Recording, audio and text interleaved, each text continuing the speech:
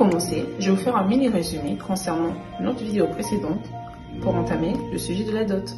Je vais lire dans 1 Corinthiens chapitre 7 du verset 1 au verset 2. Pour ce qui concerne les choses dont vous m'avez écrit, je pense qu'il est bon pour l'homme de ne point toucher de femme. Toutefois, pour éviter l'impudicité, que chacun ait sa femme et que chaque femme ait son mari.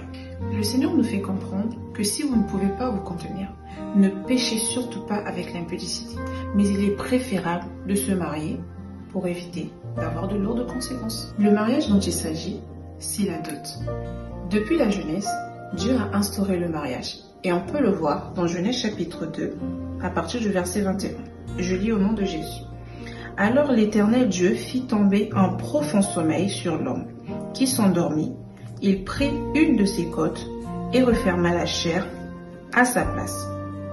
Nous pouvons voir que le Seigneur Jésus a pris une des côtes d'Adam pour pouvoir lui faire une aide semblable. Et cette côte est la représentation de la dot, parce que c'est le prix fort qu'Adam a payé pour pouvoir mériter d'avoir Ève comme épouse. Pour confirmer cela, je vais vous lire Genèse 34, verset 12.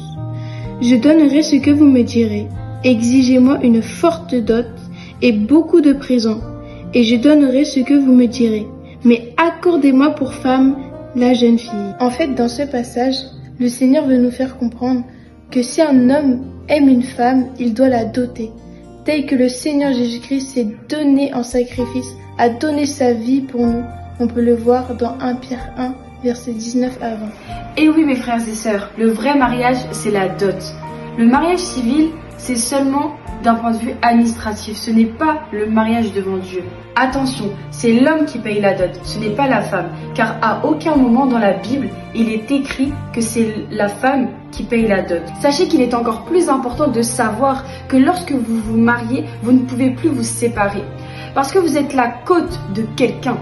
Alors lorsque vous vous unissez à cette personne, vous formez une seule et même chair devant Dieu. Sachez aussi qu'à cause du mariage, vous pouvez perdre votre salut. Le mariage ne veut pas dire que vous avez tout accompli. Je vous donne également un conseil en tant que sœur en Christ. Ne vous précipitez pas. Comme la parole le déclare, ne réveillez pas l'amour avant qu'elle le veuille. Par conséquent, concentrez-vous sur l'œuvre du Seigneur. Ne regardez pas aux choses d'en bas, mais regardez plutôt aux choses d'en haut. Comme la parole le déclare, dans Matthieu chapitre 6 au verset 33, je lis au nom de Jésus. Cherchez premièrement le royaume et la justice de Dieu, et toutes ces choses vous seront données par-dessus. Amen.